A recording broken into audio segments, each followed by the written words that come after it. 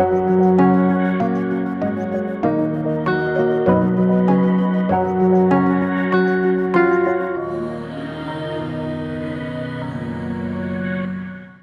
പേര് ആൻ.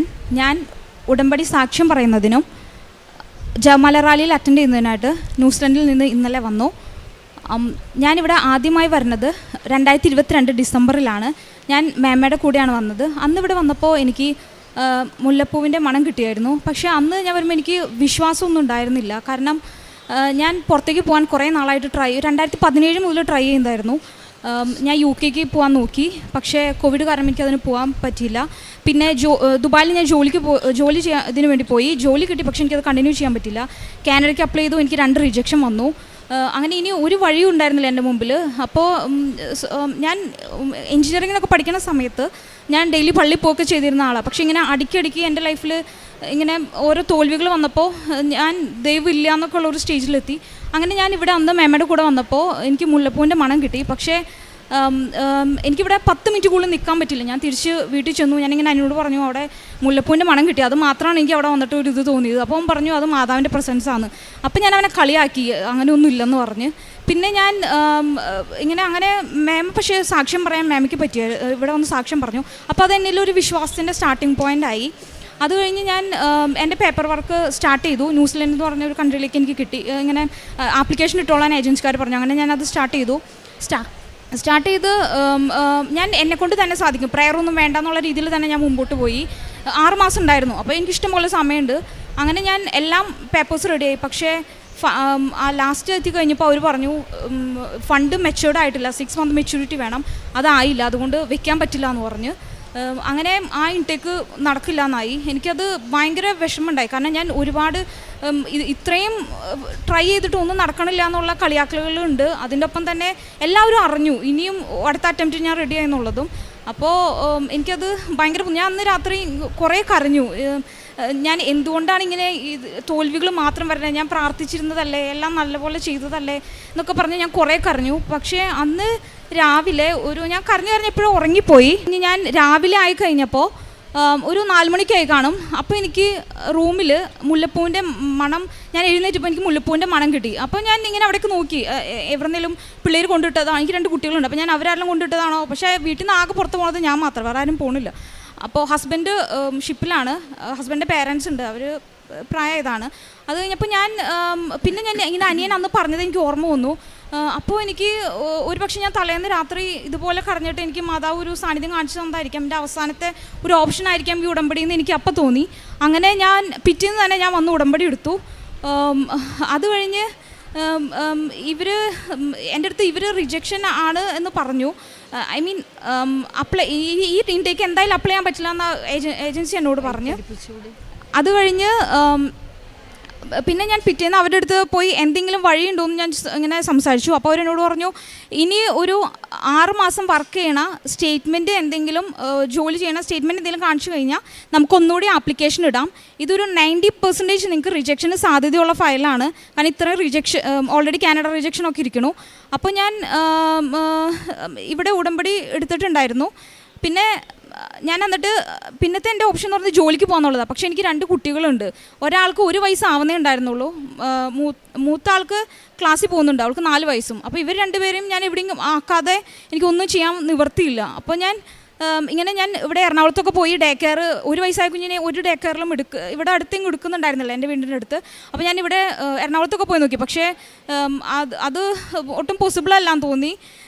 എനിക്ക് ഒരു ലീവ് എടുക്കേണ്ടിയൊക്കെ വന്നാൽ ആരും നോക്കാനില്ല. അപ്പോൾ ഞാനപ്പോൾ അന്ന് തിരിച്ചു പോകുന്ന സമയത്ത് എൻ്റെ മുമ്പിൽ ഇനി ഒരു ഓപ്ഷനും ഇല്ല. കുഞ്ഞുങ്ങളാക്കാണ് എനിക്ക് ജോലിക്ക് പോകാൻ പറ്റില്ല, ജോലിക്ക് പോകേണ്ട എനിക്ക് വിസയ്ക്ക് ഇനി അവർ ഏജൻസിക്കാർ വെക്കില്ല എന്നും പറഞ്ഞേക്കണു. അപ്പോൾ ഞാൻ ഈ കാശ് രൂപം എൻ്റെ ഉണ്ടായിരുന്നു. അപ്പോൾ ഞാൻ ഈ കാശ് രൂപം എടുത്തിട്ട് പറഞ്ഞു എന്തെങ്കിലും ഒരു ഇത് ചെയ്യണമെന്നുണ്ടെങ്കിൽ ഇപ്പോൾ ചെയ്യണം, കാരണം എൻ്റെ മുമ്പിലുള്ള ഇനി ഒരു വഴിയുമില്ല, ലാസ്റ്റ് ഓപ്ഷനാണിത്. അങ്ങനെ ഞാൻ പ്രാർത്ഥിച്ചു. അങ്ങനെ ഞാൻ അന്ന് എറണാകുളത്ത് ഞാൻ ഇത് പോയി കണ്ട് ഞാൻ തിരിച്ച് വീട്ടിൽ ചെന്നപ്പോൾ എൻ്റെ നാത്തൂൻ എൻ്റെ അടുത്ത് പറഞ്ഞു ഇവിടെ അടുത്ത് ഒരു ഡേ കെയർ ഉണ്ട്, നീ അവിടെ വിളിച്ച് നോക്ക്. അപ്പോൾ ഞാൻ പറഞ്ഞു ഇല്ല, അവിടെ ഞാൻ മൂത്ത ആൾക്ക് 3 വയസ്സായപ്പോൾ ചെറുതായിരുന്നു, ഇപ്പോൾ 2 വയസ്സായപ്പോൾ ആക്കാൻ വേണ്ടി ഞാൻ വിളിച്ചു. അപ്പോൾ അവരെൻ്റെ അടുത്ത് പറഞ്ഞു പറ്റില്ല, ആക്കാൻ പറ്റില്ല, 3 വയസ്സാവണമെന്ന് പറഞ്ഞിട്ടുണ്ടായിരുന്നു. അപ്പോൾ ഞാൻ അതെന്തായാലും നടക്കില്ല എന്ന് പറഞ്ഞു. അപ്പോൾ നീ ഒന്നുകൂടി വിളിച്ച് നോക്കാൻ പറഞ്ഞു. ഞാൻ ജസ്റ്റ് അവിടെ വിളിച്ചപ്പോൾ അവർ പറഞ്ഞു ഞങ്ങൾ ഇതുവരെ ഇങ്ങനെ ഒരു ചെറിയ കുട്ടീനെ എടുത്തിട്ടില്ല, പാടില്ല, പക്ഷെ നമുക്ക് നോക്കാം, ആദ്യം നീ വന്ന് നോക്കാൻ പറഞ്ഞു. അങ്ങനെ ഞാൻ അത് ആ ഡേ കെയർ കാണാൻ പോണ സമയത്ത് മൂത്ത ആളുടെ ഇനി എന്ത് ചെയ്യും എന്നുള്ളതായിരുന്നു പിന്നത്തെ എൻ്റെ ടെൻഷൻ. അപ്പോൾ ഞാൻ അവിടെ ചെല്ലുമ്പോൾ ഞാൻ കാണുന്നത് അതെനിക്ക് ഇഷ്ടപ്പെട്ടു ആ ഡേ കെയർ. പിന്നെ അവിടെ പരിചയമുള്ള ഒരു ചേച്ചി ഉണ്ടായിരുന്നു, അപ്പോൾ കുഞ്ഞിനെ നോക്കാൻ അവരുള്ളതുകൊണ്ട് എനിക്ക് അതൊരു സേഫ്റ്റി ഓപ്ഷൻ ആയിരുന്നു. അത് കഴിഞ്ഞ് അപ്പോൾ ഞാൻ മൂത്ത ആളെ എന്ത് ചെയ്യുന്നുള്ളതിന് എനിക്ക് ആൻസറായിട്ട് ഞാൻ അവിടെ ആഫ്റ്റർ കെയർ ഉണ്ടായിരുന്നു. അതായത് ഇവളുടെ സ്കൂളിൽ നിന്നുള്ള കുട്ടികളെ അവിടെ പിക്ക് ചെയ്ത് അവർ നോക്കും 3 മണിക്ക് ശേഷം. അപ്പോൾ എനിക്ക് എൻ്റെ മെയിൻ പ്രശ്നത്തിനുള്ള ഒരു സൊല്യൂഷൻ അവിടെ അന്ന് തന്നെ കിട്ടി. അപ്പോൾ എനിക്കതൊരു ടൈം ഷോർട്ടനിങ് ആയിട്ട് ഫീൽ ചെയ്തു. പിന്നെ അടുത്തത് എനിക്ക് ജോലി എന്നുള്ളതാണ്. ഞാനപ്പോൾ ജോലിക്ക് കുറേ ഇൻ്റർവ്യൂ അറ്റൻഡ് ചെയ്തു, പക്ഷേ ആരും സമ്മതിക്കണില്ല. കാരണം ഇവളുടെ ഡേ കെയറിൽ നിന്ന് പിക്ക് ചെയ്യണം, എനിക്ക് ഈ ടൈമിന് 5 മണിക്ക് 4:30 വന്ന് പിക്ക് ചെയ്യണം. അപ്പോൾ ശരിക്കും ഇവിടുത്തെ ഓഫീസ് ടൈം എന്ന് പറയുന്നത് 5 മണിയാണ്. പിന്നെ എനിക്ക് എറണാകുളം സൈഡിലേക്ക് അപ്ലൈ ചെയ്യാൻ പറ്റില്ല, അങ്കമാലി സൈഡിൽ തന്നെ കിട്ടുകയും വേണം. അങ്ങനെ എനിക്ക് ഒന്നും റെഡി ആവുന്നില്ല. അപ്പോൾ ഞാൻ ഇവിടെ ധ്യാനം കേട്ട് തുടങ്ങി. ആദ്യത്തെ ചൊവ്വാഴ്ച ഞാൻ ധ്യാനം കേട്ടുകൊണ്ടിരിക്കുമ്പോൾ എനിക്കൊരു ഇൻ്റർവ്യൂ കോൾ വന്നു. ഞാൻ ആൻസർ ചെയ്തു. അത് കഴിഞ്ഞാൽ അവരെൻ്റെ അടുത്ത് ചെല്ലാൻ പറഞ്ഞു. അവരെന്നെ ഓക്കെ പറഞ്ഞു. ഞാൻ സിവിൽ എഞ്ചിനീയറാണ്. അപ്പോൾ അവരെന്നോട് ഓക്കെ പറഞ്ഞു.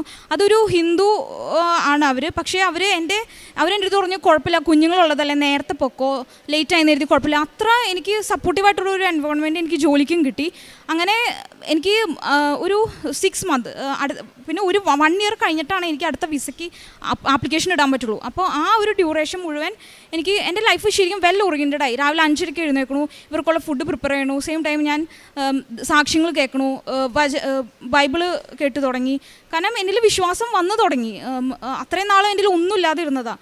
അത് കഴിഞ്ഞ് അങ്ങനെ ഒരു നല്ല ഓറിയൻറ്റഡ് ആയി ലൈഫ്. പിന്നെ ഒരു നവംബറായി അടുത്ത വിസയ്ക്ക് ഞാൻ അപ്ലൈ ചെയ്തു. നവംബറായി കഴിഞ്ഞപ്പോൾ എനിക്ക് ഹസ്ബൻഡ് ഷിപ്പിൽ നിന്ന് വന്നു. അത് കഴിഞ്ഞ് ഡിസംബറിൽ ഞങ്ങളിവിടെ ഉടമ്പടി പുതുക്കാൻ ഞങ്ങൾ ഒരുമിച്ച് വന്നു.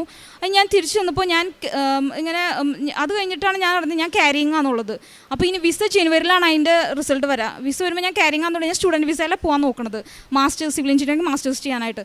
അപ്പോൾ അത് ക്യാരിങ് ആണെന്നുണ്ടെങ്കിൽ എന്തായിരിക്കും സിറ്റുവേഷൻ എന്ന് ഒരു ഐഡിയയും ഇല്ല അവിടെ ചെന്നിട്ട്. അപ്പോൾ പക്ഷേ ഞാൻ ഒരിക്കലും കുഞ്ഞ് വേണ്ട എന്നൊരു ഓപ്ഷൻ ഞാൻ ഒരിക്കലും ചൂസ് ചെയ്യില്ല. ഈവൻ വിസ കിട്ടിയാലും ഞാൻ കുഞ്ഞിനെ തന്നെ ചൂസ് ചെയ്ത് ചെയ്യാനുള്ളത് തന്നെയായിരുന്നു. അങ്ങനെ ഞാനിവിടെ വന്ന് പ്രാർത്ഥിച്ചു. അത് കഴിഞ്ഞ് ഒരു ജനുവരിക്ക് ആയി കഴിഞ്ഞപ്പോൾ അതിനിടയ്ക്ക് ഞാനൊരു സ്വപ്നം കണ്ടു. ജോസഫ് അച്ഛൻ ഒരു പാറയുടെ പുറത്തിരിക്കണു, ഇങ്ങനെ കുറേ ആളുകൾ കേൾക്കാനിരിക്കണു. അപ്പോൾ അച്ഛൻ ഇങ്ങനെ എന്നോടായിട്ട് പറഞ്ഞു, സ്ത്രീയെ നീ ഭാഗ്യവതിയാണെന്ന്. അപ്പം എനിക്ക് ഇങ്ങനെ അച്ഛൻ ഇവിടെ പറയുന്നോടൊന്നും അങ്ങനെ തലയിൽ തൊട്ട് പ്രാർത്ഥിക്കണം അതൊക്കെ എനിക്ക് അത്ര ഇതുള്ള കാര്യമായിരുന്നില്ല. അപ്പോൾ ഈ സ്വപ്നം കണ്ടു കഴിഞ്ഞപ്പോൾ ഞാൻ ആ സ്വപ്നത്തിൽ തന്നെ ഞാൻ തിരിച്ചു ചോദിച്ചു അതെങ്ങനെ നടക്കുക, കാരണം ഞാൻ ക്യാരിങ് ആണ്, എനിക്ക് വിസ വന്നാൽ പോലും പോകാൻ പറ്റില്ല. അപ്പോൾ അത് കഴിഞ്ഞ് ഞാൻ ആ ഇത് വിട്ടു. ജനുവരിയിലായി കഴിഞ്ഞപ്പോൾ എനിക്ക് വിസ വന്നു കഴിഞ്ഞ് ഞാനപ്പോൾ ഏജൻസിനെ വിളിച്ച് പറഞ്ഞു. അവർ പറഞ്ഞു ഇങ്ങനൊരു കേസ് അവർക്ക് അറിയത്തില്ല, ഇങ്ങനെ ക്യാരിങ് ആയിട്ട് ഇവിടുന്ന് പോയാണ് സ്റ്റുഡൻസിനൊന്നും പോയി നോക്ക് എന്ന് പറഞ്ഞു. അപ്പോൾ ഞാൻ രണ്ടും കൽപ്പിച്ച് ഞാൻ പോകാൻ, കാരണം ഇത്രയും ഞാൻ റിജക്ഷൻ വന്ന് ഞാൻ ഇത് ചെയ്തിരിക്കുന്ന ടൈമാണ്. ഞാൻ പോകാൻ തന്നെ തീരുമാനിച്ചു. ഞാൻ എന്നിട്ട് ഇവിടെ വന്നു, ഞാൻ സാക്ഷ്യം പറയാനായിട്ട് ഇവിടെ വന്നു. പക്ഷേ ഞാൻ സിസ്റ്ററിനോട് പറഞ്ഞു, സിസ്റ്റർ ഞാൻ സാക്ഷ്യം പറഞ്ഞാലും എനിക്കിപ്പോൾ ഞാൻ ചെന്നിട്ട് തിരിച്ചു വരേണ്ടി വന്നു കഴിഞ്ഞാൽ അത് ഞാൻ എന്നെ വിശ്വസിച്ച് ആരെങ്കിലുമൊക്കെ ഉണ്ടെങ്കിൽ അവർ പിന്നെയും കളിയാക്കും, ഇവിടുത്തെ വിശ്വാസം ഇല്ലാണ്ടാവും. അപ്പോൾ സിസ്റ്ററിൻ്റെ ഒരു നിനക്ക് വിശ്വാസമില്ലേ, നിനക്ക് വിശ്വാസം ഉണ്ടായിരുന്നുണ്ടെങ്കിൽ നീ ഇങ്ങനെ ഒരു തോട്ട് നിൻ്റെ മനസ്സിലല്ല, നീ പോയി നീ ഇത് നേടി വന്നിട്ട് സാക്ഷ്യം പറയാൻ വന്നാൽ മതി എന്ന് അന്ന് സിസ്റ്റർ എൻ്റെ അടുത്ത് പറഞ്ഞു. പക്ഷേ ഞാൻ അങ്ങനെ പോകാൻ റെഡി ആരോടെങ്കിലും ഞാൻ അതിനൊപ്പം കാരുണ്യപ്രവർത്തികൾ ചെയ്യുന്നുണ്ടായിരുന്നു. ഞാനിവിടെ ഒരു ഹോസ്പിറ്റലിൽ പോയി ക്ലീനിങ് സ്റ്റാഫിന് ആ ടൈമിലൊക്കെ ആകെ സൺഡേ ആണ് എനിക്ക് ലീവ് ഉള്ളത്. സൺഡേ ഞാൻ കുഞ്ഞിനെ എൻ്റെ വീട്ടിലാക്കിയിട്ട് ഞാൻ ആ ഒരു സൺഡേ കാരുണ്യപ്രവർത്തികൾക്ക് പോകും, ആ ഹോസ്പിറ്റലിൽ പോയി ഫുഡ് വാങ്ങി കൊടുക്കുമായിരുന്നു. അങ്ങനെ അപ്പോൾ ഞാൻ അത് കഴിഞ്ഞ് വിസ വന്ന് പോവാറായി കഴിഞ്ഞപ്പോൾ ഞാൻ അവരുടെ അടുത്ത് പോയി പറഞ്ഞു എനിക്കിങ്ങനെ വിസ വന്നു എന്നും പറഞ്ഞ് ഞാൻ അവർക്ക് ഫുഡ് വാങ്ങി കൊടുത്തു. ഞാൻ അവിടെ അവരുടെ മുമ്പിൽ സാക്ഷ്യം പറഞ്ഞു. ഒരു 30 സ്റ്റാഫുകളുണ്ടായിട്ട് അവരുടെ മുമ്പിൽ ഞാൻ സാക്ഷ്യം പറഞ്ഞു, എനിക്ക് ഇവിടെ പറയാൻ പറ്റില്ലെങ്കിലും. അങ്ങനെയാണ് ഞാൻ കയറിപ്പോയത്. അത് കഴിഞ്ഞ് അവിടെ ചെന്നു ഞാൻ അവരെ യൂണിവേഴ്സിറ്റി ഇൻഫോം ചെയ്തു. അപ്പോൾ അവർ എൻ്റെ അടുത്ത് പറഞ്ഞു നോക്കട്ടെ ഡെലിവറി ടൈം വന്നത് എപ്പോഴാണ് നോക്കട്ടെ. കറക്റ്റ് എൻ്റെ ഡെലിവറി ടൈം വന്നത് അവിടെ എനിക്ക് വെക്കേഷൻ വന്ന ടൈമായിരുന്നു. ഒരു 1.5 മാസം എനിക്ക് റെസ്റ്റ് കിട്ടുന്ന ടൈമിലാണ് എനിക്ക് ഈ ഡെലിവറി ടൈം വന്നത്, എക്സാമിൻ്റെ ബ്രേക്ക്. അപ്പോൾ അവർ പറഞ്ഞു കുഴപ്പമില്ല, നിനക്കിത് സക്സസ് ആയിട്ട് കംപ്ലീറ്റ് ചെയ്യാൻ പറ്റും. അങ്ങനെ പറഞ്ഞ് ഞാൻ തീർത്ഥാടന ഉടമ്പടി എടുത്തിട്ടാണ് പോയത്. അത് കഴിഞ്ഞ് അവിടെ ചെന്ന് പിന്നെ എനിക്ക് പേപ്പേഴ്സ് ഞാൻ സെലക്ട് ചെയ്തതിൽ എഞ്ചിനീയറിങ്ങിൻ്റെ പേപ്പേഴ്സ് എനിക്ക് ഭയങ്കര പാടായിരുന്നു. ഒരു പേപ്പർ ആദ്യം നമുക്ക് കുറച്ച് ടൈം ഒരു 1 വീക്ക് അവർ ടൈം തരും. ആ പേപ്പർ ഓക്കെ ആണെങ്കിൽ അതായിട്ട് കണ്ടിന്യൂ ചെയ്യാം, അല്ലെങ്കിൽ ചേഞ്ച് ചെയ്യാം. പക്ഷേ ഞാനിത് എടുത്തപ്പോൾ എനിക്ക് അത് ഈസി ആയിരുന്നു. എർത്ത് എഞ്ചിനീയറിംഗ് എന്ന് പറഞ്ഞാൽ അത് ഈസി ആയിട്ട് തോന്നി. ആ തിയറി ആയിരുന്നു, ഭയങ്കര ഇതായിരുന്നു. അത് കഴിഞ്ഞ് പക്ഷേ 1 വീക്ക് കഴിഞ്ഞ് കഴിഞ്ഞപ്പോൾ ഇവരതിൻ്റെ കാൽക്കുലേഷൻ പാട്ട് അത് എനിക്കത് ഫോളോ ചെയ്യാനേ പറ്റുന്നുണ്ടായില്ല. കാരണം അവിടെ ബാച്ചിലർ ഡിഗ്രി ചെയ്യുന്നതിൻ്റെ കണ്ടിന്യൂവേഷൻ ആയിട്ടാണ് ഈ മാസ്റ്റേഴ്സിൽ വന്നത്. ഒരു തരത്തിലും എനിക്ക് 100% ഉറപ്പ് ഞാൻ ഫെയിൽ ആവുന്നുള്ളത്. അപ്പോൾ ഞാൻ ഇങ്ങനെ അപ്രോച്ച് ചെയ്തു. അപ്പോൾ അവരെൻ്റെ അടുത്ത് പറഞ്ഞു 2.5 ലക്ഷം രൂപ എക്സ്ട്രാ ഫീസ് അടച്ച് വേറെ പേപ്പർ എടുക്കാം. അപ്പോൾ എൻ്റെ മുമ്പിൽ വേറെ വഴിയൊന്നുമില്ല. ഞാനപ്പോൾ ഞാൻ പറഞ്ഞു കുഴപ്പമില്ല, കാരണം എൻ്റെ വിസേനെ അഫക്റ്റ് ചെയ്യും, അതല്ല ഞാൻ ഫെയിൽ ആയി കഴിഞ്ഞാൽ. അത് കഴിഞ്ഞ് ഞാനപ്പോൾ കാൻഡിൽ ലൈറ്റ് പ്രയർ റിക്വസ്റ്റിൽ ഇട്ടു. അപ്പോൾ അവരെന്നോട് ചോദിച്ചു എന്തെങ്കിലും മെഡിക്കൽ റീസൺ ഉണ്ടെങ്കിൽ നമുക്കിത് കൺസിഡർ ചെയ്യാം. അപ്പോൾ ഞാൻ പ്രഗ്നൻസി എന്നുള്ളത് വെച്ചു, എനിക്ക് ഇത് ഭയങ്കര സ്ട്രെസ് ആവണു, എനിക്ക് കണ്ടിന്യൂ ചെയ്യാൻ പറ്റുന്നില്ല എന്നൊക്കെ പറഞ്ഞു. അങ്ങനെ എനിക്ക് അവർ അത് ആ പേപ്പർ ഫീസൊന്നും കൂടാതെ എനിക്ക് അവർ ചേഞ്ച് ചെയ്യാൻ സമ്മതിച്ചു.